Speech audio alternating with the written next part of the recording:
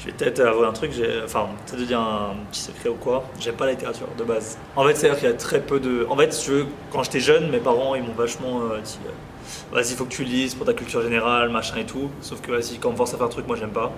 De base. Après, forcément, travailler les cours ou quoi, ça me dérange pas parce que c'est quelque chose que j'ai choisi, que j'ai aimé, que j'aime encore. Par contre, non, je t'avoue que lire et tout, ça me plaît pas beaucoup. Il y a très peu de livres qui m'ont vraiment inspiré actuellement. Mais si l'histoire me plaît vraiment, qu'il y a vraiment un message derrière, j'aime. Il y en a, mais il y en a pas eu beaucoup, quoi. De base, je suis pas un grand fan de littérature. Alors, il y a Le Rouge et le Noir de Stendhal, puisque bah, j'en ai fait un morceau d'ailleurs dans l'Ascension. C'est un des textes dont je suis le plus fier je t'avoue, en termes d'écriture et tout. Je pense que c'est l'un de ceux dont je suis le plus fier, parce qu'il est bien écrit. Je trouve que je l'ai écrit. En fait, je l'ai écrit en une soirée et le texte en fait l'inspiration me vient vite parce que j'ai repensé à l'histoire, au contexte et à ma mixtape de manière générale et je t'avoue que ça m'a vraiment inspiré. Il y a aussi un texte que j'ai bien, enfin moi je suis quelqu'un de très sensible et tout, donc tout ce qui est poésie, tout ce qui est Rimbaud, Verlaine et Baudelaire, j'aime beaucoup. Euh, après, il y a aussi Camus. Camus, j'ai bien aimé L'étranger de Camus.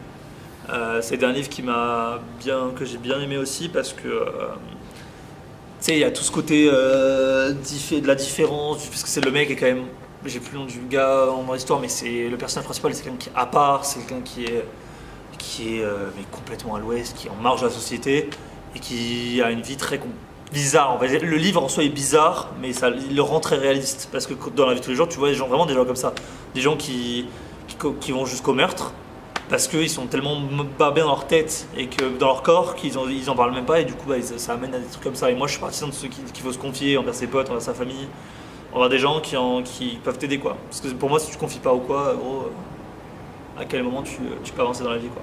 Et ça c'est une forme d'ascension aussi pour moi.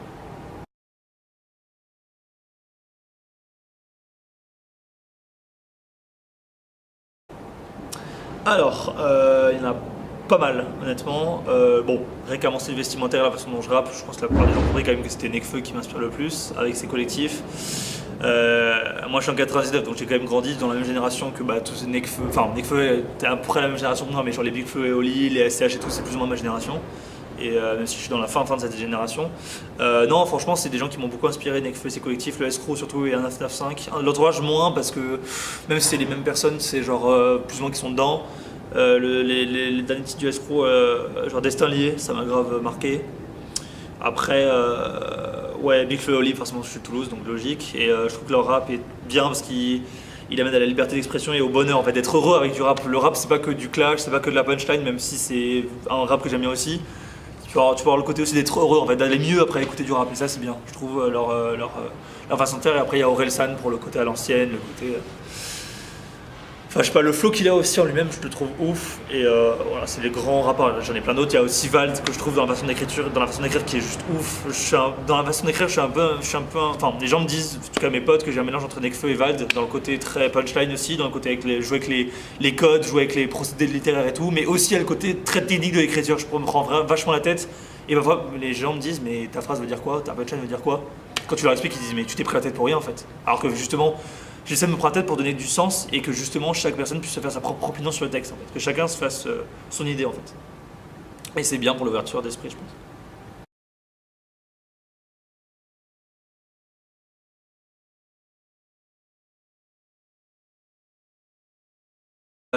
Necfeu, l'heure là pour le flow et puis même pour le message qui est assez ouf. Avec le escroc félin je pense. Félin ou jusqu'au bout. Parce que jusqu'au bout, c'est vraiment le message de l'ascension, quoi. C'est vraiment le fait de se dépasser pour atteindre des objectifs jusqu'à la victoire finale et tout. Big Flo et Oli, a quand même pas mal. Début d'Empire, je pense, qui était un morceau qu'ils ont écrit entre La Vraie Vie et La Cour des Grands, leurs deux albums.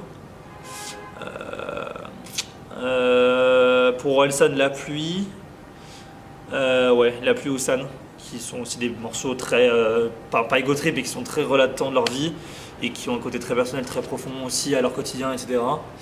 Euh, ouais, pour Vald, je dirais Megados quand même. Megados qui a un texte que j'ai beaucoup aimé dans l'ambiance, dans les punchlines dans les mêmes, et puis même sur le le texte est ouf quand même, parce qu'il te parle bien qu'on est dans une société de consommation, qu'on consomme jusqu'à ce qu'on n'en puisse plus en fait, et qu'on réfléchit même pas à ce qu'on fait que le corps a des limites quoi, au bout d'un moment. Et il le reflète très très bien dans le clip et puis même dans le message, je trouve. Donc ouais, c'est justement les textes que j'aime le plus pour chacun de ces artistes. Après, il y en a plein d'autres, j'écoute pas que. Je suis un grand fan de Lunatic à l'ancienne, je suis un grand fan de IAM aussi, j'aime beaucoup ce qu'ils font. Il y a beaucoup de choses, j'écoute vraiment de tout. Sophia Fianso aussi, j'aime beaucoup, donc voilà, plus ou moins. Le théâtre. Le théâtre parce que j'en ai fait de un, de deux. Le théâtre c'est aussi un rôle, c'est un rôle de message aussi. Il y a vachement un côté profond dans le théâtre que les gens ne voient pas forcément. Ils voient plus une pièce drôle, mais à travers une pièce, il y a aussi un message en fait de société ou un message général qui est diffusé. Je trouve que c'est vraiment ouf parce que tu peux vraiment t'ouvrir à d'autres possibilités. Tu peux vraiment voir la société sous un autre angle et que dramatiser un truc qui est à la base dramatique, tu peux le rendre intéressant dans ta vie. Tu peux le rendre même drôle. Et c'est vrai que je trouve que dans le théâtre où ils le font vraiment bien. Des pièces pour t'en citer, il y a Cyrano de Bergerac, j'ai vraiment adoré cette pièce. Le Malade imaginaire, c'est vraiment, bon, ça je pense que c'est un classique, mais l'histoire en elle-même est ouf. Et puis il y a Don Juan que j'ai adoré aussi parce que là c'est vraiment, ça montre le côté des mecs aujourd'hui.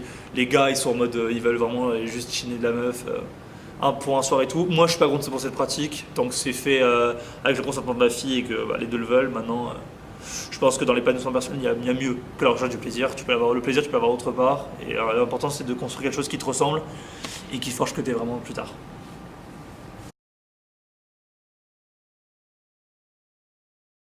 Ah, bah le rap il évolue de plus en plus. Et pour être honnête avec toi, je t'avoue que le rap commence à de plus en plus être écouté avec de plus en plus de personnes. Et ça, c'est ouf parce que le rap français, il y a énormément de variétés, il y a beaucoup de choses différentes.